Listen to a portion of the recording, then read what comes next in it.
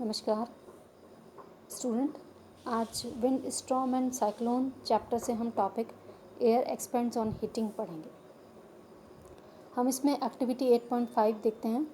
Take a boiling tube, stretch a balloon tightly over the neck of the tube. You can use a tape to make it tight. आप एक bowling tube लो, उस पर एक test tube bowling tube के ऊपर एक balloon को tightly उस पर लगा दो और उसको एयर टाइट करने के लिए आप उस पर टेप भी लगा सकते हो। Pour some hot water in a beaker. अब बीकर में आप थोड़ा सा हॉट वाटर डाल दो। Insert the boiling tube with the balloon in the hot water. Observe for 2 to 3 minutes for any change in the shape of the balloon. अब आप boiling tube को जिसमें कि आपने बैलून लगाया है उसको हॉट वाटर में, बीकर में जो आपने हॉट वाटर लिया उसमें इंसर्ट कर दो। आप 2-3 मिनट बाद देखते हो कि बैलून के शेप में कुछ चेंज आएगा, बैलून इन्फ्लेटेड हो जाएगा। Take the test tube out, let it cool down at to the room temperature. Take some ice cold water in another beaker and place the test tube with the balloon in the cold water for 2 to 3 minutes.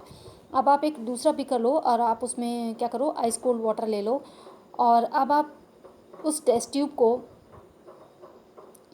या वो जो boiling tube है जिसमें आपने balloon लगाया है उसको आप हॉट वाटर से निकाल के बाहर 2-3 मिनट पहले रखो और फिर आप उसको क्या करो, उसको जो आइस कोल्ड वाटर है उसमें रख दो।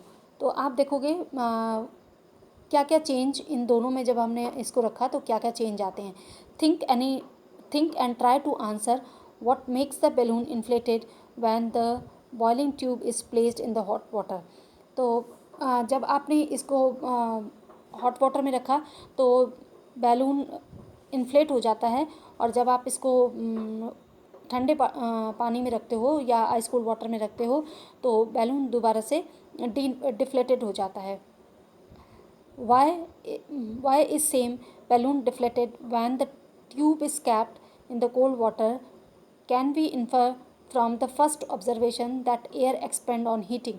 तो हम जो पहली ऑब्जर्वेशन से क्या ये इस कंक्लूजन पे निकले पर पहुँचे कि एयर जो है जब गर्म होता है तो फैल जाती है, गर्म होती है तो फैल जाती है। जब हमने उसको हॉट वाटर में रखा तो बॉइलिंग वाटर के अंदर जो एयर थी वो फैल गई और वो फैलने के बाद वो बैलून में जो थी तो वो बैलून में गई तो बैलून इन्फ्लेटेड हो गया। और जब हमने इसको कोल्ड वाटर में रखा तो एयर जो थी वो कॉन्ट्रैक्ट हो गई, वो सिकुड़ गई, ठंडी होकर के सिकुड़ गई और उसके मॉलिक्यूल के बीच में कम स्पेस रह गया या उसका वॉल्यूम घट गया एयर का, तो बैलून दोबारा से क्या हुआ, डिफ्लेटेड हो गया। तो हम कह सकते हैं कि जब हम एयर को गर्म करते हैं तो एयर एक्सपैंड हो जाती है। अब हम एक्टिविटी 8.6 देखते हैं। टेक 2 पेपर बैग्स और empty paper cups of the same size. आप 2 पेपर बैग ले लो या फिर 2 एम्प्टी पेपर कप ले लो, सेम साइज़ के ले लो। Hang the 2 bags in the inverted position on the 2 ends of the metal और द वुडन स्टिक। आप इस तरीके से, जैसे डायग्राम में दिखा है, तो आप इस तरीके से ये वुडन स्टिक ले लो और आप इसके ऊपर ये एक पेपर बैग लगाया, ये दूसरा पेपर बैग लगा दिया और आप इसको उल्टा करके लगाएंगे, पेपर बैग को उसके ऊपर लगाएंगे और इसके बीच में एक आपने स्ट्रिंग लगा दिया और इससे इनको बैलेंस करके इस तरीके से इनको लटका दिया। अब ये बैलेंस रहेंगे इक्वल उस पर, मतलब दोनों इक्वल हाइट पे एक तरीके से हम देखेंगे। तो अब हम क्या करेंगे कि एक पेपर बैग या फिर एक जो हमने कप लिया है, पेपर कप लिया है, तो उसके नीचे हम कैंडल जला देंगे। जब हम कैंडल जलाते हैं तो हम देखेंगे इसके अंदर की जो एयर है वो एक्सपैंड होगी, है ना। जब हम उसको गर्म करते हैं, कैंडल जलाते हैं तो गर्म करते हैं तो वो एक्सपेंड होगी। एक्सपेंड करके क्या होगा, एयर ऊपर की तरफ जाएगी, एयर हल्की होगी और एयर ऊपर की तरफ जाएगी। तो क्या होगा, ये वाला पेपर बैग ऊपर की तरफ हटे होगा और तो हम देखते हैं कि स्टिक भी टेढ़ी हो गई। स्टिक इस तरीके से पहले ऐसे थी, तो अब क्या हुआ, स्टिक टेढ़ी हो गई, तो ये इस तरीके से हो गई। पहले बिल्कुल स्ट्रेट थी, अब टेढ़ी हो गई है। तो एयर एक्सपेंड होती है तो इसलिए एयर ऊपर की तरफ उठती है। जब एक्सपेंड होती है तो ऊपर की तरफ उठती है और ये स्टिक भी टेढ़ी हो जाती है और इनका बैलेंस बिगड़ जाता है, मतलब ये टेढ़ी हो जाते हैं, इनका बैलेंस बिगड़ जाता है। तो हम क्या देखते हैं, can you now explain why smoke always rises up. तो इस तरीके से आप कह सकते हो कि स्मोक भी है, जब धुआं जो है, धुआं क्या है, गर्म हवा और उसमें डस्ट के पार्टिकल वगैरह होते हैं तो वो ऊपर की तरफ उठता है।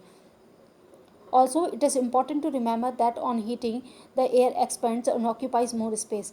जब हम एयर को गर्म करते हैं तो वो फैलती है और वो ज़्यादा स्पेस ऑक्यूपाई करती है। When the same thing occupies more space it become lighter. और अगर उतनी ही चीज़ ज़्यादा स्पेस ऑक्यूपाई करती है तो वो हल्की भी हो जाती है। The warm air is therefore lighter than the cold air. तो हम देखते हैं कि जो वार्म एयर है वो कोल्ड एयर से हल्की होती है।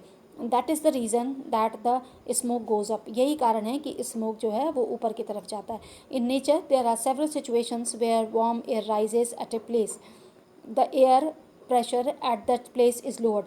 इस हमारे पास नेचर में भी बहुत सारे एग्जाम्पल हैं जब हम देखते हैं कि वार्म एयर ऊपर की तरफ उठती है और एयर प्रेशर कम हो जाता है एक पर्टिकुलर प्लेस में जहाँ पर एयर ऊपर की तरफ उठती है। हम गर्मियों के दिनों में प्लेन एरिया में भी यही देखते हैं कि जब ज़्यादा टेम्परेचर बढ़ता है तो एयर ऊपर की तरफ उठती है, हल्की हो जाती है, ऊपर की तरफ उठती है, और प्लेन एरिया में क्या हो जाता है, लो प्रेशर एरिया बनता है जिसकी वजह से तूफान आते हैं, आंधी तूफान आते हैं।